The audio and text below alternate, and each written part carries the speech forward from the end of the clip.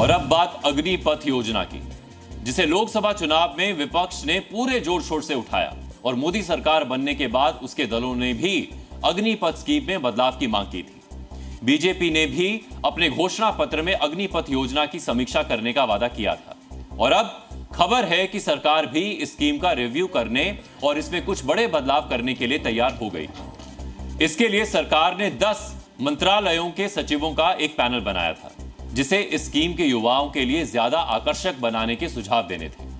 सूत्रों के मुताबिक अग्निपथ योजना में बदलाव को लेकर प्रधानमंत्री के सामने 17 या 18 जून को एक डिटेल्ड प्रेजेंटेशन पेश की जा सकती है। सेना ने भी अग्निपथ स्कीम को लेकर एक इंटरनल सर्वे करवाया है, जिसकी रिपोर्ट भी जल्द सरकार को दी जा सकती है।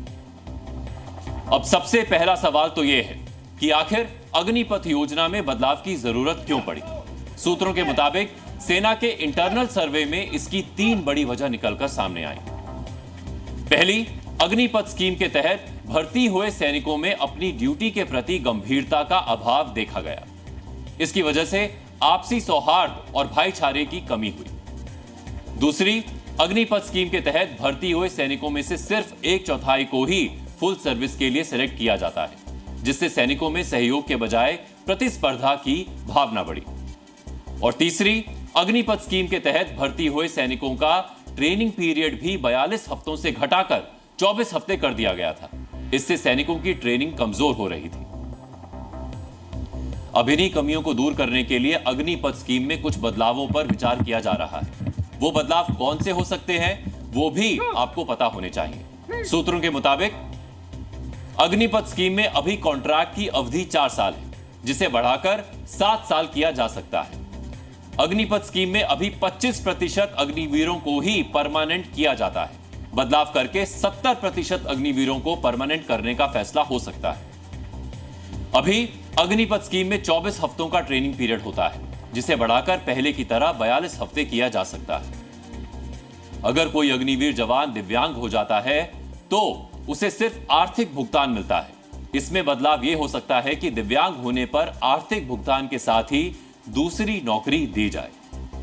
अभी अगर कोई अग्निवीर युद्ध के दौरान शहीद होता है तो उसके परिवार को पेंशन नहीं मिलती, लेकिन बदलाव के बाद शहीद अग्निवीर के परिवार को नियमित पेंशन का लाभ मिल सकता है।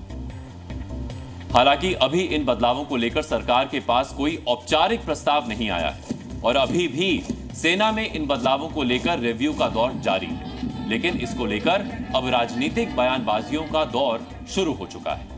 माननीय रक्षा मंत्री श्री राजनाथ सिंह जी ने 28 मार्च 2024 को यह स्पष्ट कर दिया था कि अगर जरूरत पड़ी तो अग्निवीर योजना की समीक्षा होगी और इसमें जरूरी बदलाव किए जाएंगे। अब क्या है कि हमारे पास अग्निवीर योजनाओं के सारे अच्छे बुरे अनुभव हैं। इसकी अच्छाइयों और कमियों दोनों के अनुभव से हम लैस हैं। अब निश्चित रूप से सरकार इसमें ऐसे बदलाव करेगी जो कि युवाओं के भविष्य को और सुरक्षित करेगी।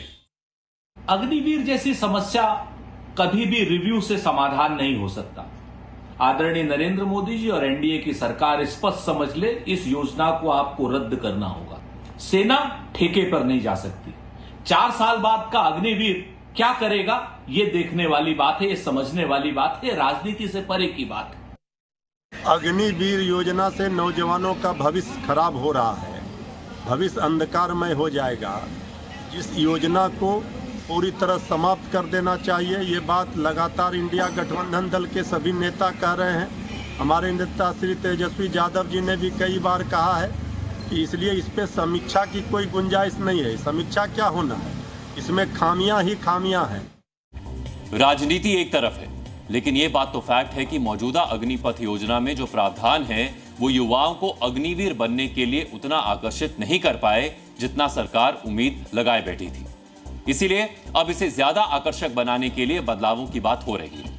अगर ये बदलाव होते हैं तो अग्निपथ के लिए फायदेमंद होंगे और ज्यादा युवा इस स्कीम के तहत सेना ज्वाइन करने में दिलचस्पी लेंगे।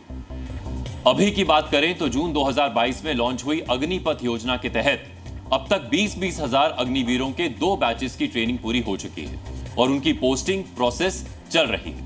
इसके अलावा 20,000 अग्निवीरों के तीसरे बैच की ट्रेनिंग अभी चल रही है। तो कुल मिलाकर अब तक अग्निपथ योजना में 60,000 अग्निवीरों की भर्तियां हुई हैं।